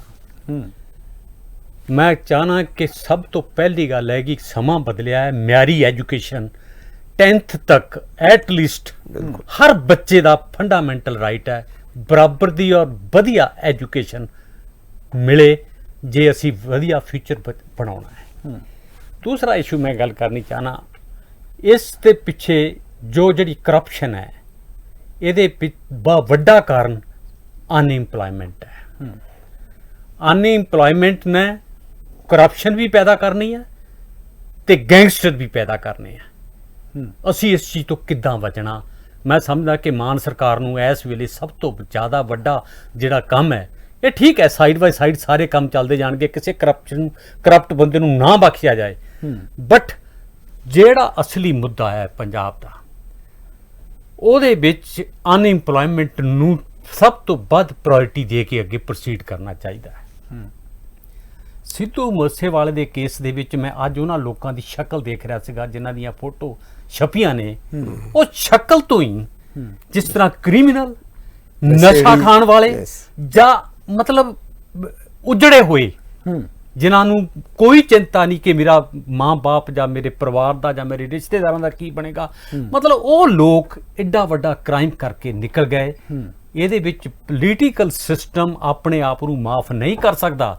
ਇਸ ਗੈਂਗਸਟਰ ਪੈਦਾ ਕਿੱਦਾਂ ਹੋਏ, ਪਲੇ ਕਿੱਦਾਂ, ਵੱਡੀਆਂ ਵੱਡੀਆਂ ਜੇਲ੍ਹਾਂ 'ਚ ਆਪਰੇਟ ਕਿੱਦਾਂ ਹੋ ਰਹੇ ਨੇ, ਇਹ ਕਿਤੇ ਨਾ ਕਿਤੇ ਸਾਡੇ ਲਈ ਬਹੁਤ ਵੱਡੇ ਸਵਾਲ ਖੜੇ ਕਰਦੇ ਨੇ। ਜਿੱਥੋਂ ਮੈਂ ਆਪਣੀ ਗੱਲ ਸ਼ੁਰੂ ਕੀਤੀ ਸੀਗੀ ਵੀ ਇਲੈਕਸ਼ਨਾਂ ਆਉਂਦੀਆਂ ਨੇ ਚਲੀਆਂ ਜਾਂਦੀਆਂ ਨੇ, ਲੋਕ ਬਹੁਤ ਸਿਆਣੇ ਨੇ, ਲੋਕਾਂ ਨੇ ਉਹ ਐਮਐਲਏ ਬਣਾਤੇ ਜਿਹੜੇ ਪੰਚਾਇਤ ਮੈਂਬਰ ਨਹੀਂ ਬਣ ਸਕਦੇ, ਹਨੇਰੀ ਲਿਆ ਦਿੱਤੀ, ਬੜੇ ਵੱਡੇ ਬੋਰਡ ਸੁੱਟ ਦਿੱਤੇ, ਪੱਟ ਕੇ ਸੁੱਟ ਦਿੱਤੇ ਜੜ੍ਹਾਂ 'ਚੋਂ। ਬਿਲਕੁਲ। ਜੇ ਆਪਾਂ ਇਮਾਨਦਾਰੀ ਦੇ ਨਾਲ ਨੇਕ ਕੰਮ ਕਰਾਂਗੇ, ਪੰਜਾਬ ਨੂੰ ਸਮਝੋ, ਇਸ ਵੇਲੇ ਸਮਝਣ ਦੀ ਜ਼ਰੂਰਤ ਹੈ ਮੌਜੂਦਾ ਸਰਕਾਰ ਨੂੰ ਪੰਜਾਬ ਦੀਆਂ ਸਮੱਸਿਆਵਾਂ ਕੀ ਨੇ, ਉਹਨਾਂ ਨੂੰ ਕਿਸ ਕੰਮ ਦੇ ਲਈ ਪਾਵਰ 'ਚ ਲਿਆਂਦਾ, ਉਹ ਮੁੱਦੇ ਉਠਾਣੇ ਚਾਹੀਦੇ ਨੇ। ਅਸੀਂ 20 ਲੱਖ ਰੁਪਈਆ ਖਰਚ ਕਰਕੇ ਪ੍ਰਾਈਵੇਟ ਹਸਪੀਟਲਾਂ ਦੇ ਵਿੱਚ ਕੋਵਿਡ ਦੇ ਵਿੱਚ ਲੋਕ ਦਾਣਿਆਂ ਵਾਂਗੂ ਭੁੱਜਦੇ ਵਿਕੇ। ਪ੍ਰਾਈਵੇਟ ਸੈਕਟਰ ਨੇ ਸਾਡਾ ਇੱਥੇ ਲਿਆ ਕੇ ਐਡਾ ਵੱਡਾ ਨੁਕਸਾਨ ਕੀਤਾ, ਫਿਰ ਵੀ ਕਿਤੇ ਨਾ ਕਿਤੇ ਸਰਕਾਰੀ ਹਸਪਤਾਲਾਂ ਨੇ ਲੋਕਾਂ ਨੂੰ ਸਾਂਭਿਆ ਜੀ। ਐਜੂਕੇਸ਼ਨ, ਹੈਲਥ ਮੌਜੂਦਾ ਸਰਕਾਰ ਦਾ ਇੱਕ ਟਾਰਗੇਟ ਬਣੇ। ਇਸ ਚੰਗੀ ਐਜੂਕੇਸ਼ਨ ਤੋਂ ਬਾਅਦ ਅਨਇੰਪਲੋਇਮੈਂਟ ਵੱਲ ਨੂੰ ਬਹੁਤ ਤੇਜ਼ੀ ਦੇ ਨਾਲ ਵਧਿਆ ਜਾਏ। ਜੋ ਕੁਝ ਕਰ ਸਕਦੇ ਅਸੀਂ ਕਰੀਏ। ਆਈ ਨੋ ਇਟ ਕਿ ਇਹਦੀਆਂ ਬੜੀਆਂ ਕੰਪਲਸ਼ਨਸ ਨੇ, ਬੜਾ ਕੁਝ ਹੈ ਜਿਹੜਾ ਇੰਨਾ ਸੌਖਾ ਨਹੀਂ ਹੈ। ਕਰਜ਼ਾ ਬਾਲ ਪੰਜਾਬ ਦਾ ਕਰਜ਼ੇ 'ਚ ਫਸਿਆ ਹੋਇਆ, ਉਹ ਵੱਖਰੀ ਗੱਲ ਹੈ ਕਿ ਕਿਉਂ ਫਸਿਆ, ਉਹਦੇ ਵੀ ਵੱਡੇ ਕਾਰਨ ਨੇ। ਅੱਜ ਅਸੀਂ ਉਹਨੂੰ ਡਿਸਕਸ ਨਹੀਂ ਕਰ ਸਕਦੇ, ਲੇਕਿਨ ਜੋ ਕੁਝ ਵੀ ਹੈ ਮਾਨ ਸਰਕਾਰ ਨੂੰ ਇਹ ਪਤਾ ਸੀ ਕਿ ਜਦੋਂ ਮੈਨੂੰ ਲੋਕ ਪਾਵਰ 'ਚ ਲਿਆ ਰਹੇ ਨੇ ਤੇ ਇਹ ਕਰਜ਼ਾ ਹੈ, ਇਸ ਕਰਜ਼ੇ ਨਾਲ ਨਜਿੱਠਣਾ। ਤੁਸੀਂ ਫ੍ਰੀ ਵਾਈਜ਼ ਦੇ ਹੋਰ ਬੜੇ ਦਿੱਤੇ ਨੇ, ਬੜੇ ਬੜੇ ਲਾਰੇ ਲਾਏ ਹੋਏ ਨੇ। ਇਹ ਤੁਹਾਨੂੰ ਇਹ ਸਿਰਫ ਇਹਨਾਂ ਨੂੰ ਨਹੀਂ, ਹੋਰ ਵੀ ਕੱਲ ਨੂੰ ਕੋਈ ਸਰਕਾਰ ਕਿਸੇ ਤਰ੍ਹਾਂ ਦੀ ਆਵੇ ਉਹਨਾਂ ਨੂੰ ਵੀ ਇਹ ਸੋਚਣੇ ਪਏਗਾ ਕਿ ਜੋ ਅਸੀਂ ਗੱਲ ਕਰ ਰਹੇ ਹਾਂ ਉਹਦੇ ਨੇੜੇ ਤੇੜੇ ਵੀ ਅਸੀਂ ਕਿਤੇ ਪਹੁੰਚ ਸਕਾਂਗੇ ਕਿ ਨਹੀਂ। ਇਹ ਬਹੁਤ ਇੰਪੋਰਟੈਂਟ ਮੁੱਦੇ ਨੇ, ਇਹ ਟਾਰਗੇਟ ਹੋਣੇ ਚਾਹੀਦੇ ਨੇ ਲੋਕਾਂ ਦੇ। ਲੋਕ ਅੱਜ ਵੀ ਕਰਪਸ਼ਨ ਤੋਂ ਤਰਾ ਕਰਦੇ ਨੇ, ਕੋਰਟ ਕਚਹਿਰੀ ਹੋਵੇ ਜਾਂ ਕੋਈ ਹੋਰ ਅਦਾਰਾ ਹੋਵੇ, ਅਜੇ ਕਰਪਸ਼ਨ ਨੂੰ ਨੱਥ ਨਹੀਂ ਪਈ ਜੀ। ਅਸੀਂ ਆਸ ਵੀ ਨਹੀਂ ਕਰਦੇ ਕਿ ਇੰਨੀ ਜਲਦੀ ਸਭ ਕੁਝ ਹੋ ਜਾਏਗਾ, ਹੋਣਾ ਚਾਹੀਦਾ, ਪਰ ਕਿਤੇ ਨਾ ਕਿਤੇ ਜਿਹੜਾ ਹੈਗਾ ਨਾ ਡਿਫਰੈਂਸ ਉਹ ਨਜ਼ਰ ਆਉਣਾ ਚਾਹੀਦਾ ਹੈ। ਇਸੇ ਚੀਜ਼ ਦੇ ਲਈ ਮਾਨ ਸਰਕਾਰ ਨੂੰ ਬਹੁਤ ਵੱਡਾ ਫਤਵਾ ਦਿੱਤਾ ਲੋਕਾਂ ਨੇ, ਜਿਨ੍ਹਾਂ ਲੋਕਾਂ ਨੂੰ ਅਸੀਂ ਕਹਿੰਦੇ ਹਾਂ ਕਿ ਕੁਝ ਨਹੀਂ ਪਤਾ, ਪੋਲੀਟੀਕਲ ਲੀਡਰਸ ਨੇ ਰੱਜ ਕੇ ਉਹਨਾਂ ਨੂੰ ਬੇਵਕੂਫ ਬਣਾਇਆ। ਮੌਜੂਦਾ ਸਰਕਾਰਾਂ, ਪਿਛਲੀਆਂ ਸਰਕਾਰਾਂ ਦੇ ਵਿੱਚ ਉਹਨਾਂ ਲੋਕਾਂ ਨੇ ਆਪਣਾ ਸਟੈਂਡ ਦੱਸ ਦਿੱਤਾ ਜੀ ਕਿ ਅਸੀਂ ਕੀ ਕਰ ਸਕਦੇ ਹਾਂ। ਇਹਨੂੰ ਇਸ ਨਬਜ਼ ਨੂੰ ਜ਼ਰੂਰ ਫੜਨਾ ਚਾਹੀਦਾ ਮੌਜੂਦਾ ਸਰਕਾਰ ਨੂੰ। ਇਹਨਾਂ ਦੀ ਗੱਲ ਨੂੰ ਮੈਂ ਚਰਨਜੀਤ ਜੀ ਜੇ ਤੁਸੀਂ ਪਰਮਿਟ ਕਰੋ ਜੀ, ਤਾਂ ਮੈਂ ਜੀ, ਇੱਕ ਜੀ, ਚੀਮਾ ਸਾਹਿਬ। ਇਸੀ ਜੇਲ੍ਹਾਂ ਦੀ ਗੱਲ ਕੀਤੀ ਹੈ ਨਾ, ਮੈਨੂੰ ਇਹ ਗੱਲ ਸਮਝ ਨਹੀਂ ਆਉਂਦੀ ਵੀ ਜੇਲ੍ਹ ਦੇ ਵਿੱਚ ਕਿਸ ਤਰ੍ਹਾਂ ਪਹੁੰਚ ਜਾਂਦੇ ਨੇ ਮੋਬਾਈਲ, ਜੇਲ੍ਹਾਂ 'ਚੋਂ ਬੰਦੇ ਕਿਵੇਂ ਆਪਰੇਟ ਕਰਦੇ ਨੇ। ਮੈਂ ਇੱਕ ਮੈਨੇਜਮੈਂਟ ਦਾ ਟੀਚਰ ਹਾਂ, ਪੰਜਾਬ ਯੂਨੀਵਰਸਿਟੀ 'ਚ ਹੀ ਪੜ੍ਹਾਉਣਾ MBA ਵਗੈਰਾ ਨੂੰ ਪੜ੍ਹਾਉਂਦਾ ਰਿਹਾ, ਤੇ ਮੈਂ ਇੱਕ ਇੱਥੇ ਜਗ੍ਹਾ ਚੰਡੀਗੜ੍ਹ ਦੇ ਵਿੱਚ ਇੰਸਟੀਚਿਊਟ ਆਫ ਕਰੈਕਸ਼ਨਲ ਐਡਮਿਨਿਸਟ੍ਰੇਸ਼ਨ, ਜਿੱਥੇ ਜੇਲ੍ਹਾਂ ਦੇ ਰਿਫਾਰਮ ਤੇ ਜੇਲ੍ਹਾਂ ਦੇ ਬਾਰੇ ਗੱਲ ਕੀਤੀ ਜਾਂਦੀ ਹੈ, ਉੱਥੇ ਅਸੀਂ ਟ੍ਰੇਨ ਕਰਨੇ ਆ ਜੇਲ੍ਹਾਂ ਦੇ ਸੁਪਰਡੈਂਟਾਂ ਵਗੈਰਾ ਨੂੰ। ਤੇ ਉੱਥੇ ਇੱਕ ਪੰਜਾਬ ਗਵਰਨਮੈਂਟ ਦੇ director general retire mister Bhatnagar ਉਹ ਆਉਂਦੇ ਹੁੰਦੇ ਸੀ, ਉਹ ਬਾਅਦ ਦੇ ਵਿੱਚ ਐਡਵਾਈਜ਼ਰ ਬਣ ਗਏ ਕੈਪਟਨ ਅਮਰਿੰਦਰ ਸਿੰਘ ਦੀ ਸਰਕਾਰ ਦੇ ਵਿੱਚ। ਤੇ ਮੈਂ ਉਹਨਾਂ ਨੂੰ ਪੁੱਛਿਆ, ਮੈਂ ਕਿਹਾ ਭਟਨਾਗਰ ਸਾਹਿਬ ਇਹ ਕਿਉਂ ਨਹੀਂ ਠੀਕ ਹੋ ਸਕਦਾ? ਤੇ ਉਹਨਾਂ ਨੇ ਮੈਨੂੰ ਦੱਸਿਆ ਸੀ, ਜਿਹੜਾ ਮੈਂ ਮੁੱਦਾ ਹੁਣ ਇਸ ਵੇਲੇ ਪੇਸ਼ ਕਰਨਾ ਚਾਹੁੰਦਾ। ਉਹਨਾਂ ਕਿਹਾ ਜੀ ਮੈਂ ਇੱਕ ਪ੍ਰਪੋਜ਼ਲ ਬਣਾਇਆ ਸੀ, ਉਹ ਪ੍ਰਪੋਜ਼ਲ ਇਹ ਸੀ ਜਿਹੜਾ ਮੈਂ ਇਸ ਵੇਲੇ ਉਹ ਰਿਕਮੈਂਡ ਕਰ ਰਿਹਾ ਤੁਹਾਨੂੰ ਪ੍ਰਪੋਜ਼ਲ। ਮੈਂ ਇੱਕ ਐਕਸ ਸਰਵਿਸਮੈਨ ਹਾਂ ਤੇ ਮੈਂ ਐਕਸ ਸਰਵਿਸਮੈਨਾਂ ਦੀ ਗੱਲ ਕਰਨ ਲੱਗਾ ਵੀ ਜੇ ਸਾਰੇ ਵਾਰਡਰ ਤੇ ਸਾਰੇ ਉੱਥੇ ਜਿਹੜੇ ਇੰਪੋਰਟੈਂਟ ਪੋਜੀਸ਼ਨ ਦੇ ਵਿੱਚ ਨੇ, ਜੇ ਸਾਡੇ ਹੌਲਦਾਰ ਤੇ JCO ਜਿਹੜੇ ਸਾਡੇ ਕੋਲ ਬਹੁਤ ਵੱਡਾ ਅਸੈਟ ਹੈ ਪੰਜਾਬ ਦੇ ਵਿੱਚ, ਐਕਸ ਸਰਵਿਸਮੈਨ ਏਡਾ ਵੱਡਾ ਅਸੈਟ ਹੈ। ਮੈਨੂੰ ਤਕਲੀਫ ਹੁੰਦੀ ਹੈ ਦੇਖ ਕੇ ਕਿ ਸਾਡਾ ਇੱਕ ਸਿਪਾਹੀ ਜਵਾਨ ਜਿਹੜਾ ਬਾਹਰ ਜਾ ਕੇ ਕਿਸੇ ਹੋਰ ਸਟੇਟ ਦੇ ਵਿੱਚ ਗਾਰਡ ਦੀ ਨੌਕਰੀ ਕਰਦਾ। ਸਾਡੇ ਕੋਲ ਇੰਨੇ ਨੇ ਇੰਪੋਰਟੈਂਟ ਮੁੱਦੇ ਨੇ, ਔਰ ਹਰ ਸਿਸਟਮ ਦੇ ਵਿੱਚ, ਇੰਜੀਨੀਅਰਿੰਗ ਦੇ ਵਿੱਚ ਔਰ ਚਾਹੇ ਮੈਨੇਜਮੈਂਟ ਦੇ ਵਿੱਚ, ਮੈਡੀਸਨ ਦੇ ਵਿੱਚ, ਹਰ ਚੀਜ਼ ਦੇ ਵਿੱਚ ਐਕਸ ਸਰਵਿਸਮੈਨ ਤੁਹਾਡੇ ਕੋਲ ਪਰਮਾਰ ਹੈ, ਜਿਹੜੇ ਲਾਇਲ, ਸਿੰਸੀਅਰ ਔਰ ਬਿਲਕੁਲ ਫੇਥਫੁਲ ਔਰ ਅਨਕਰਪਟੇਬਲ ਬੰਦੇ ਤੁਹਾਡੇ ਕੋਲ ਏਡਾ ਵੱਡਾ ਸੈੱਟ ਹੈ। ਉਹਨਾਂ ਨੂੰ ਕੋਈ ਇਸਤੇਮਾਲ ਕਿਉਂ ਨਹੀਂ ਕਰਦਾ? ਮੈਂ ਸਮਝਣਾ ਵੀ ਜੇ ਤੁਸੀਂ 35 ਸਾਲ ਦਾ ਸਾਡਾ ਇੱਕ ਹੌਲਦਾਰ ਰਿਟਾਇਰ ਹੋ ਜਾਂਦਾ, 40 ਸਾਲ ਦਾ ਇੱਕ ਸੂਬੇਦਾਰ ਰਿਟਾਇਰ ਹੋ ਜਾਂਦਾ, 40-42 ਸਾਲ ਦਾ, ਉਹਦੇ ਕੋਲ 20 ਸਾਲ ਪਏ ਨੇ, ਉਹ ਤੁਸੀਂ ਉਸ ਬੰਦੇ ਨੂੰ ਇਸਤੇਮਾਲ ਕਰਕੇ ਦੇਖੋ ਤਾਂ ਸਹੀ ਕੀ ਬਣਦਾ ਹੈ। ਹੀ ਵਿਲ ਬੀ ਅਨਕਰਪਟੇਬਲ, ਉਹਦੀ ਇੰਟੈਗ੍ਰਿਟੀ ਦੇ ਉੱਤੇ ਸ਼ੱਕ ਨਹੀਂ ਕੀਤਾ ਜਾ ਸਕਦਾ, ਉਹਦਾ ਹਾਰਡ ਵਰਕ, ਉਹਦੀ ਲਾਇਲਟੀ ਉਹ ਸਾਰੀ ਦੁਨੀਆ ਜਿਹੜੀ ਹੈ ਉਹ ਮੰਨਦੀ ਹੈ। ਔਰ ਜਿੱਥੇ ਜਿੱਥੇ ਉਹ ਬਾਹਰ ਗਏ ਨੇ ਜਾ ਕੇ, ਉੱਥੇ ਉਹਨਾਂ ਨੇ ਕਮਾਲ ਵੀ ਕੀਤਾ ਹੈ। ਸਾਡੇ ਕੋਲ ਸਾਰਿਆਂ ਨਾਲੋਂ ਵੱਧ ਨੇ ਐਕਸ ਸਰਵਿਸਮੈਨ, ਮੈਕਸਿਮਮ ਜਿਹੜੇ ਨੇ ਪੰਜਾਬ ਦੇ ਕੋਲ ਨੇ ਨਾ, ਉਹਨਾਂ ਨੂੰ ਅਸੀਂ ਕਿਉਂ ਨਹੀਂ ਇਸਤੇਮਾਲ ਕਰ ਸਕਦੇ ਫॉर ਗੁੱਡ ਗਵਰਨੈਂਸ? ਇਹ ਕੀ ਸਿਸਟਮ ਹੈ, ਕਿਉਂ ਨਹੀਂ ਕੀਤਾ ਜਾਂਦਾ? ਇਹਦਾ ਮਤਲਬ ਇਹ ਹੈ ਕਿ ਕਿਧਰੇ ਨਾ ਕਿਧਰੇ ਪੋਲੀਟੀਸ਼ੀਅਨ ਜਾਂ ਬਿਊਰੋਕਰੈਟ ਉਹ ਨਹੀਂ ਚਾਹੁੰਦਾ। ਔਰ ਮੈਂ ਹਮੇਸ਼ਾ ਕਿਆ ਕਰਨਾ ਚਰਨਜੀਤ ਸਿੰਘ ਜੀ ਵੀ ਸ਼ਾਇਦ ਇਹ ਸਿਚੁਏਸ਼ਨ ਹੁਣ ਚੇਂਜ ਹੋਏ, ਪਰ ਇਹ ਜਿਹੜੀ ਹੈ ਨਾ ਕਰਪਸ਼ਨ, ਇਹ ਇੱਕ ਪੋਲੀਟੀਸ਼ੀਅਨ ਦੀ, ਬਿਊਰੋਕਰੈਟ ਦੀ ਤੇ ਬਿਜ਼ਨਸਮੈਨ ਦੀ ਆਕਸੀਜਨ ਹੈ। ਇਹ ਨਹੀਂ ਚਾਹੁੰਦੇ ਵੀ ਉਹ ਬੰਦ ਹੋ ਜਾਏ ਕਰਪਸ਼ਨ, ਕਿਉਂਕਿ ਕਰਪਸ਼ਨ ਬੰਦ ਹੋ ਗਈ, ਉਹਨਾਂ ਦੀ ਆਕਸੀਜਨ ਬੰਦ ਹੋ ਗਈ, ਉਹ ਮਰ ਜਾਣਗੇ। ਤੇ ਹਰ ਪੋਲੀਟੀਕਲ ਪਾਰਟੀ ਚਾਹੁੰਦੀ ਹੈ ਵੀ ਕਰਪਸ਼ਨ ਜ਼ਿੰਦਾ ਰਹੇ, ਹਰ ਬਿਊਰੋਕਰੈਟ ਚਾਹੁੰਦਾ ਹੈ। ਔਰ ਇਹ ਫੈਕਟ ਹੈ, ਮੈਂ ਬੜੇ ਬਿਊਰੋਕਰੈਟਸ ਨੂੰ ਸਰਵਿੰਗ ਤੇ ਰਿਟਾਇਰਡ ਨੂੰ ਜਾਣਨਾ, ਔਰ ਮੈਨੂੰ ਪਤਾ ਹੈ ਕਿ 90% ਆਫ ਦੈਮ ਲੋਕਾਂ ਨੂੰ ਤਕਲੀਫ ਹੋਏਗੀ ਇਹ ਸੁਣ ਕੇ, ਪਰ ਮੈਨੂੰ ਪਤਾ ਹੈ ਵੀ ਬਹੁਤ ਉਹਨਾਂ ਚੋਂ ਵੱਡਾ ਹਿੱਸਾ ਜਿਹੜਾ ਹੈ ਉਹ ਕਰਪਟ ਨੇ। ਹੁਣ ਇਹ ਜੇ ਤੁਸੀਂ ਇਹ ਚੀਜ਼ ਨਹੀਂ ਸਮਝਾ ਸਕਦੇ, ਔਰ ਪ੍ਰੋਫੈਸ਼ਨਲ ਡਿਸਆਨੈਸਟੀ ਜਿਹੜੀ ਹੈ ਨਾ, ਉਹਨੂੰ ਦੁਨੀਆ ਦਾ ਹੋਰ ਕੋਈ ਬੰਦਾ ਨਹੀਂ ਦੂਰ ਕਰ ਸਕਦਾ, ਇਹ ਆਪਣੇ ਆਪ ਨੂੰ ਸਮਝਾਉਣਾ ਪਏਗਾ। ਹਰ ਇਨਸਾਨ ਨੂੰ ਇਹ ਸਮਝਣਾ ਪਏਗਾ ਵੀ ਜਦੋਂ ਤੁਸੀਂ ਗੱਲ ਕਰਦੇ ਹੋ 3 ਲੱਖ ਕਰੋੜ ਦਾ ਕਰਜ਼ਾ, ਮੈਂ ਕਿਉਂਕਿ ਪੰਜਾਬੀ ਆ, ਮੇਰੇ ਉੱਤੇ ਵੀ 1 ਲੱਖ ਦਾ ਕਰਜ਼ਾ ਹੈ, ਇਹ ਆਈ ਫੀਲ ਚੀਟਡ, ਮੈਨੂੰ ਸ਼ਰਮ ਆਉਂਦੀ ਹੈ ਕਿ ਕਿਉਂਕਿ ਮੈਂ ਪੰਜਾਬੀ ਹਾਂ ਇਸ ਕਰਕੇ ਮੇਰੇ ਉੱਤੇ ਕਰਜ਼ਾ ਹੈ ਨਾ। ਇਹਦੇ ਵਾਸਤੇ ਇਹ ਜਿਹੜੇ ਸਟੈਪ, ਥੋੜੀ ਜੀ ਸਖਤੀ, ਸਿਰਫ ਇਹ ਅਰਜ਼ ਹੈ ਕਿ ਇੱਕ ਨੀ ਜਰਕ ਰਿਐਕਸ਼ਨ ਨਾ ਹੋਏ। ਨੀ ਜਰਕ ਰਿਐਕਸ਼ਨ ਹੁੰਦਾ ਹੈ ਵੀ ਜਦੋਂ ਕੋਈ ਪ੍ਰੋਬਲਮ ਆਈ, ਇਹਨੂੰ ਕਹਿੰਦੇ ਨੇ ਪੈਸਿਵਲੀ ਰਿਸਪੌਂਸਿਵ। ਐਕਟਿਵਲੀ ਉਹ ਕਰਨਾ ਕਿਸੇ ਚੀਜ਼ ਨੂੰ, ਪ੍ਰੋਐਕਟਿਵ ਹੋ ਕੇ ਔਰ ਉਹਨੂੰ ਫੜਨਾ ਔਰ ਉਹਨੂੰ ਠੀਕ ਕਰਨਾ, ਉਹ ਅਲੱਗ ਚੀਜ਼ ਹੁੰਦੀ ਹੈ। ਦੂਜੀ ਚੀਜ਼ ਹੈ ਵੀ ਪੈਸਿਵਲੀ ਰਿਸਪੌਂਸਿਬਲ, ਜਦੋਂ ਕੋਈ ਚੀਜ਼ ਹੋਈ ਉਹਦੇ ਉੱਤੇ ਚੱਲ ਕੇ ਕਿਤਾ ਚਲੋ ਵੀ ਆ ਕਰ ਦਿਓ, ਜਿਵੇਂ ਇਹਦਾ ਕਰ ਦਿੱਤਾ। No, it should be according to a plan, according to a blueprint, ਜਿਹੜਾ ਸਾਲਾਂ ਦਾ ਬਣਿਆ ਹੋਏ, ਉਹਦੇ ਮੁਤਾਬਕ ਹੌਲੀ ਹੌਲੀ ਹੌਲੀ ਹੌਲੀ ਚੱਲਦੇ ਜਾਓ। ਆਈ ਐਮ ਸ਼ੋਰ ਸਾਲ 2 ਸਾਲ ਦੇ ਵਿੱਚ ਕੋਈ ਨਾ ਕੋਈ ਫਰਕ ਪਏਗਾ। ਔਰ ਮਾਨ ਸਰਕਾਰ ਅਜੇ ਬੜੀ ਨਵੀਂ ਹੈ, ਕਿਉਂਕਿ ਮਿਨਿਸਟਰ ਇਹਨਾਂ ਦੇ ਇਨਐਕਸਪੀਰੀਅੰਸ ਨੇ, ਇਸ ਕਰਕੇ ਬਿਊਰੋਕਰੈਟ ਦੀ ਰਿਸਪੌਂਸਿਬਿਲਿਟੀ ਬਹੁਤ ਜ਼ਿਆਦਾ ਹੋ ਜਾਂਦੀ ਹੈ। ਤੇ ਜੇ ਕੋਈ ਚੰਗਾ ਬਿਊਰੋਕਰੈਟ ਹੈ, ਉਹਦਾ ਡਿਪਾਰਟਮੈਂਟ ਵੀ ਚੰਗਾ ਚੱਲਿਆ ਜਾ ਸਕਦਾ ਹੈ। ਸੋ ਇੱਕ ਤਾਂ ਰਿਵਾਰਡ ਕਰਨਾ, ਸ਼ਾਬਾਸ਼ ਦੇਣੀ ਚੰਗੇ ਬਿਊਰੋਕਰੈਟ ਨੂੰ, ਚੰਗੇ ਅਫਸਰ ਨੂੰ, ਚੰਗੇ ਕਲਰਕ ਨੂੰ, ਚੰਗੇ ਟੀਚਰ ਨੂੰ, ਇੱਕ ਤਾਂ ਉਹਨੂੰ ਸ਼ਾਬਾਸ਼ ਦੇਣੀ, ਤੇ ਜਿਹੜਾ ਮਾੜਾ ਹੈ ਉਹਨੂੰ ਫੜ ਕੇ ਤੇ ਫਿੱਟ ਕਰਨਾ, ਮੇਰਾ ਖਿਆਲ ਹੈ ਇਹ ਵੀ ਬੜੀ ਜ਼ਰੂਰੀ ਚੀਜ਼ ਹੈ। ਔਰ ਮਾਨ ਸਾਹਿਬ ਲੱਗੇ ਠੀਕ ਨੇ ਰਸਤੇ ਦੇ ਉੱਤੇ। ਹੁਣ ਹੌਲੀ ਹੌਲੀ ਕੀ ਅੱਗੇ ਜਾਂਦਾ ਇਹ ਦੇਖਣ ਵਾਲੀ ਚੀਜ਼ ਹੈ। ਉਹ ਚੀਮਾ ਸਾਹਿਬ ਸਵਾਲ ਇਹ ਵੀ ਖੜਾ ਹੁੰਦਾ, ਜਿਸ ਤਰ੍ਹਾਂ ਤੁਸੀਂ ਕਹਿ ਰਹੇ ਹੋ ਕਿ ਰਸਤਾ ਤਾਂ ਠੀਕ ਹੈ, ਤੁਸੀਂ ਅਪਣਾ ਲਓ, ਹੌਲੀ ਹੌਲੀ ਪਗਡੰਡੀਆਂ ਤੇ ਚੱਲਦੇ ਜਾਓ, ਕੁਝ ਨਾ ਕੁਝ ਨਿਕਲੇਗਾ। ਪਰ ਸਵਾਲ ਇਹ ਖੜਾ ਹੁੰਦਾ ਹੈ ਕਿ ਜਿਹੜੇ ਬਿਊਰੋਕਰੇਟਸ ਨੇ, ਦੇਖੋ ਲੋਕਾਂ ਵੱਲੋਂ ਤਾਂ ਸਰਕਾਰ ਚੁਣੀ ਜਾਂਦੀ ਹੈ, ਭਾਵੇਂ ਉਹ ਆਮ ਆਦਮੀ ਚੁਣੀ ਗਈ, ਭਾਵੇਂ ਇਸ ਤੋਂ ਪਹਿਲਾਂ 70 ਸਾਲਾਂ ਦੇ ਵਿੱਚ ਅਕਾਲੀ ਦਲ ਤੇ ਕਾਂਗਰਸ ਪੰਜਾਬ ਦੇ ਵਿੱਚ ਰਾਜ ਕਰਦੀ ਰਹੀ, ਸੈਂਟਰ ਦੇ ਵਿੱਚ ਵੀ ਕਾਂਗਰਸ ਤੇ ਬੀਜੇਪੀ ਮਿਲ ਕੇ ਜਾਂ ਫਿਰ ਕਿਸੇ ਹੋਰ ਪਾਰਟੀਆਂ ਨਾਲ ਮਿਲ ਕੇ ਰਾਜਨੀਤਿਕ ਚੱਲਦੀ ਰਹੀ। ਪਰ ਸਵਾਲ ਇਹ ਖੜਾ ਹੁੰਦਾ ਹੈ, ਜਿਹੜੇ ਬਿਊਰੋਕਰੇਟਸ ਵੱਲੋਂ ਇਹ ਕਾਨੂੰਨ ਬਣਾਏ ਜਾਣੇ ਆ, ਜਿਹੜੇ ਬਿਊਰੋਕਰੇਟਸ ਵੱਲੋਂ ਇਹ ਸਾਰਾ ਕੁਝ ਚੇਂਜ ਕਰਿਆ ਜਾਣਾ ਹੈ, ਉਹ ਤਾਂ ਇੱਕ ਸਿਆਸੀ ਰਾਜਨੀਤਿਕ ਧਿਰਾਂ ਦੀ ਕਠਪੁਤਲੀ ਬਣੇ ਹੋਏ ਨੇ। ਉਹ ਕਠਪੁਤਲੀ ਜਿਨ੍ਹਾਂ ਦੇ ਬਣੇ ਹੋਏ ਨੇ ਉਹ ਤਾਂ ਇਹ ਕੁਝ ਚਾਹੁੰਦੇ ਹੀ ਨਹੀਂ। ਫਿਰ ਇਹ ਕਿਵੇਂ ਹੋ ਸਕਦਾ, ਇਹ ਅਸਲ ਇਹਦਾ ਸਿੱਟਾ ਕਿਵੇਂ ਨਿਕਲ ਸਕਦਾ?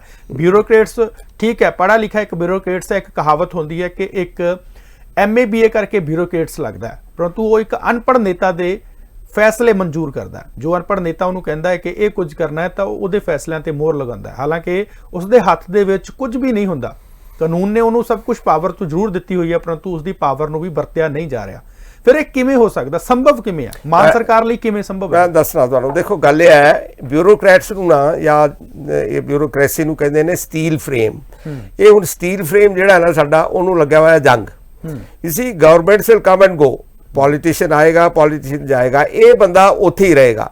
ਹੁਣ ਇਹਦੀ ਲਾਇਲਟੀ ਜਿਹੜੀ ਹੈ ਨਾ, ਉਹ ਕਿਸੇ ਪੋਲੀਟੀਸ਼ੀਅਨ ਨਾਲ ਜਿਹੜਾ ਅੱਜ ਕਾਂਗਰਸ ਦਾ, ਕੱਲ ਬੀਜੇਪੀ ਦਾ, ਪਰਸੋਂ ਆਪ ਦਾ, ਉਹਦੇ ਨਾਲ ਨਹੀਂ, ਉਹਦੀ ਲਾਇਲਟੀ ਤੇ ਹੋਣੀ ਚਾਹੀਦੀ ਹੈ ਪੰਜਾਬ ਨਾਲ ਜਾਂ ਇੰਡੀਆ ਨਾਲ। ਹੁਣ ਇਹ ਸਿਖਾਇਆ ਵੀ ਜਾਂਦਾ ਹੈ। ਮੈਂ ਇੱਕ national centre of good governance ਹੈ ਮਸੂਰੀ, ਮੈਂ ਉੱਥੇ ਪੜਾਉਣਾ ਔਰ ਮੈਂ ਜਾਣਾ, ਉਹਨਾਂ ਨਾਲ ਗੱਲਾਂ ਬਾਤਾਂ ਕਰਨਾ।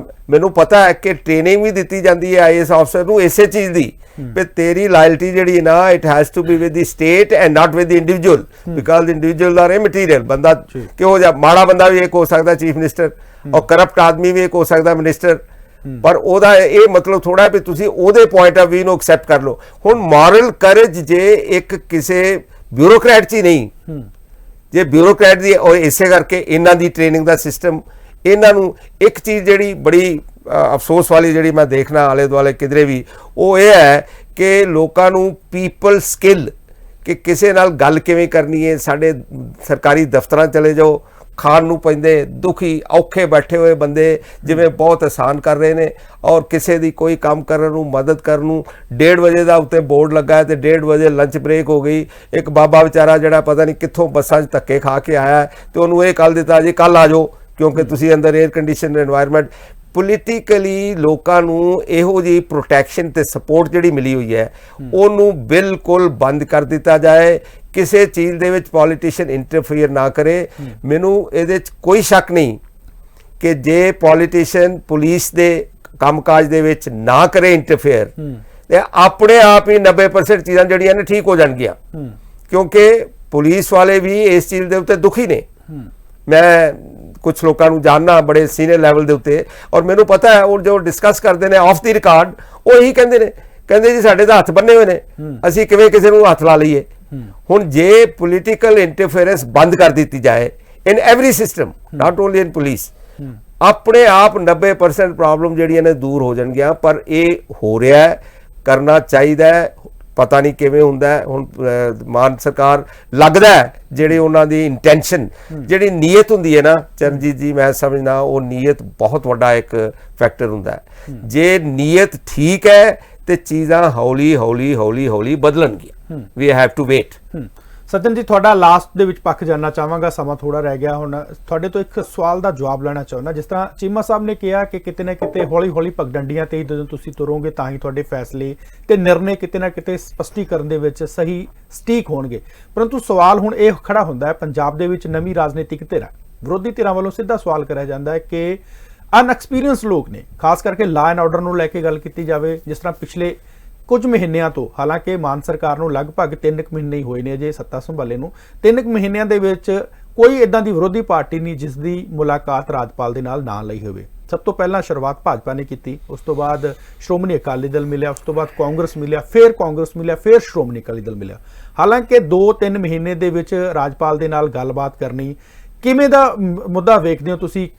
ਕੀ ਵੰਡੇਟਾ ਪੋਲਿਟਿਕਸ ਦੇ ਤਹਿਤ ਹੀ ਇਹ ਸਾਰਾ ਕੁਝ ਕੀਤਾ ਜਾ ਰਿਹਾ, ਜਾਂ ਕੁਝ ਨਾ ਕੁਝ ਰਾਜਨੀਤਿਕ ਧਿਰਾਂ ਪੰਜਾਬ ਦੇ ਲਾ ਐਂਡ ਆਰਡਰ ਨੂੰ ਲੈ ਕੇ ਸੁਹਿਰਦ ਦਿਖਾਈ ਦੇ ਰਹੀਆਂ ਨੇ? ਇਹ ਤੁਸੀਂ ਲੰਮਾ ਅਰਸਾ ਪੰਜਾਬ ਦੀ ਰਾਜਨੀਤੀ ਨੂੰ ਵਾਚਿਆ ਹੈ, ਲੰਮਾ ਅਰਸਾ ਵੇਖਿਆ ਹੈ। ਇਸ ਸਵਾਲ ਦੇ ਵਿੱਚ ਮੈਂ ਇਸ ਚੀਜ਼ ਦਾ ਵੀ ਜਵਾਬ ਲਵਾਂਗਾ ਕਿ ਹੁਣ ਜੇ ਕਰਪਸ਼ਨ ਨੂੰ ਨੱਥ ਪਾਉਣ ਨੂੰ ਤੁਰੀ ਹੈ ਮਾਨ ਸਰਕਾਰ, ਲੱਗਦਾ ਹੈ ਕਿ ਕਰਪਸ਼ਨ ਨੂੰ ਨੱਥ ਪਾ ਲਵੇਗੀ?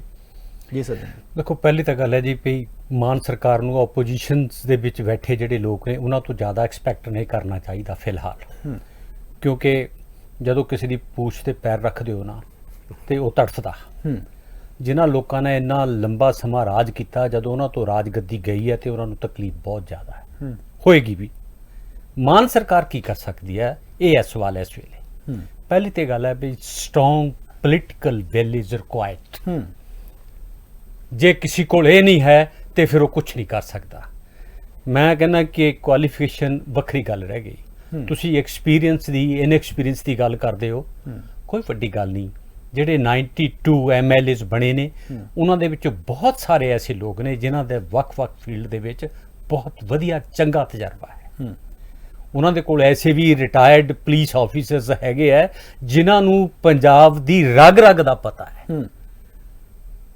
ਇਹ ਵੱਖਰੀ ਗੱਲ ਹੈਗੀ ਕਿ ਮਾਨ ਸਾਹਿਬ ਨੇ ਉਹਨਾਂ ਦੀਆਂ ਸੇਵਾਵਾਂ ਲੈਣੀਆਂ ਜਾਂ ਨਹੀਂ ਲੈਣੀਆਂ, ਲੇਕਿਨ ਮੈਂ ਮਹਿਸੂਸ ਕਰਦਾ ਕਿ ਬਹੁਤ ਸਾਰੇ ਲੋਕ ਨੇ ਜਿਨ੍ਹਾਂ ਦਾ ਸਾਰੀ ਜ਼ਿੰਦਗੀ ਦਾ ਤਜਰਬਾ ਹੈ ਕਿ ਬੜਾ ਲੋਅਰ ਲੈਵਲ ਤੋਂ ਲੈ ਕੇ ਅੱਪਰ ਲੈਵਲ ਤੱਕ ਉਹਨਾਂ ਨੇ ਐਨਾਲਿਸਿਸ ਕੀਤਾ ਹੈ। ਜਦੋਂ ਚਾਹਣਗੇ, ਉਹਨਾਂ ਦੀ ਇੱਛਾ ਹੋਏਗੀ ਕਿ ਇਹ ਕੰਮ ਹੋਣਾ ਚਾਹੀਦਾ, ਤੇ ਬਿਊਰੋਕ੍ਰੇਸੀ ਉਹਨਾਂ ਤੋਂ ਬਾਹਰ ਨਹੀਂ ਜਾਂਦੀ। ਬਿਊਰੋਕ੍ਰੇਸੀ ਨੂੰ ਨਾਲ ਤੋਰਿਆ ਜਾ ਸਕਦਾ ਹੈ। ਇਹ ਠੀਕ ਹੈ, ਉਹਨਾਂ ਦਾ ਆਪਣਾ ਫੀਲਡ ਹੈ ਤੇ ਉਹਨਾਂ ਦਾ ਆਪਣਾ ਫੀਲਡ ਹੈ, ਬਟ ਕੋਆਰਡੀਨੇਸ਼ਨ ਦੇ ਨਾਲ ਜੇ ਅੱਗੇ ਵਧਣ ਦੀ ਜੇ ਪੋਲੀਟੀਕਲ ਵਿਲ ਪਾਵਰ ਹੈਗੀ ਹੈ, ਦੈਨ ਐਬਸੋਲੂਟਲੀ ਨੋ ਪ੍ਰੋਬਲਮ ਜੀ। ਇਹ ਕੋਈ ਇਹਦੇ ਵਿੱਚ ਦੋ ਰਾਵਾਂ ਨਹੀਂ। ਜੇ ਇਸ ਪਾਸੇ ਵੱਲ ਨੂੰ ਤੁਰਨਗੇ ਤੇ ਇਹਦੇ ਰਿਜ਼ਲਟ ਚੰਗੇ ਸਾਨੂੰ ਆਉਣ ਵਾਲੇ ਦਿਨਾਂ 'ਚ ਦਿਖਣਗੇ। ਪਰੰਤੂ ਦੇਖੋ, ਰਿਜ਼ਲਟ ਤਾਂ ਦਿਖਣਗੇ, ਤੁਰਨਾ ਇੱਕ ਰਾਹ, ਇੱਕ ਪਗਡੰਡੀ ਆ, ਉਸ ਨੂੰ ਅਪਣਾਉਣਾ ਕਿਤੇ ਨਾ ਕਿਤੇ ਲੱਗਦਾ ਨਹੀਂ। ਜਿਸ ਤਰ੍ਹਾਂ ਹੁਣ ਪੰਜਾਬ ਦੇ ਵਿੱਚ ਰਾਜਨੀਤੀ ਹੋ ਰਹੀ ਹੈ, ਪੰਜਾਬ ਦੀ ਰਾਜਨੀਤੀ ਜੀ ਜੇ ਮੈਂ ਗੱਲ ਕਰਾਂ, ਕਾਫੀ ਡੂੰਘੇ ਅਰਸੇ ਤੋਂ ਗੱਲ ਕਰਾਂ, ਪਿਛਲੇ 70 ਸਾਲਾਂ ਤੋਂ ਜਿਹੜੀਆਂ ਸੇਵਾਵਾਂ ਚੱਲਦੀਆਂ ਸੀ, ਕਿਤੇ ਨਾ ਕਿਤੇ ਉਹਨਾਂ ਤੇ ਸਵਾਲ ਉੱਠਦੇ ਸੀ। ਇੱਕ ਸਰਕਾਰ, ਜਿਵੇਂ ਅਕਾਲੀ ਦਲ ਦੀ ਗੱਲ ਕਰਾਂ, ਅਕਾਲੀ ਦਲ ਨੇ ਜਦੋਂ 10 ਸਾਲ ਦੀ ਸੱਤਾ ਹੰਢਾਈ ਹੈ, ਉਦੋਂ ਸੇਵਾ ਕੇਂਦਰ ਖੋਲ੍ਹੇ। ਕੈਪਟਨ ਅਮਰਿੰਦਰ ਸਿੰਘ ਆਏ, ਉਹਨਾਂ ਦੇ ਵੱਲੋਂ ਸੇਵਾ ਕੇਂਦਰ ਬੰਦ ਕਰਨ ਦੀ ਗੱਲ ਕਰ ਦਿੱਤੀ ਗਈ। ਹੁਣ ਆਮ ਆਦਮੀ ਪਾਰਟੀ ਆਈ ਹੈ, ਆਮ ਆਦਮੀ ਪਾਰਟੀ ਵੱਲੋਂ ਕਿਹਾ ਗਿਆ ਕਿ ਅਸੀਂ ਸੇਵਾ ਕੇਂਦਰਾਂ ਨੂੰ ਖੋਲਾਂਗੇ, ਪਰੰਤੂ ਸੇਵਾ ਕੇਂਦਰਾਂ ਦੇ ਵਿੱਚ ਅਸੀਂ ਮੁਹੱਲਾ ਕਲੀਨਿਕ ਦੇ ਤੌਰ ਤੇ ਕੰਮ ਕਰਾਂਗੇ। ਕਿ ਲੱਗਦਾ ਨਹੀਂ ਕਿ ਇਦਾਂ ਦੀ ਰਾਜਨੀਤੀ ਹੀ ਚੱਲਦੀ ਆ ਰਹੀ ਹੈ, ਇੱਕ ਪੌੜੀ ਚੜਾਉਂਦਾ ਹੈ ਤੇ ਦੂਜਾ ਪੌੜੀ ਤਾਰ ਦਿੰਦਾ ਹੈ। ਇਸ ਨਜ਼ਰੀਏ ਨੂੰ ਕਿਵੇਂ ਵੇਖਦੇ ਹੋ ਤੁਸੀਂ? ਜੀ ਸੱਜਣ ਜੀ।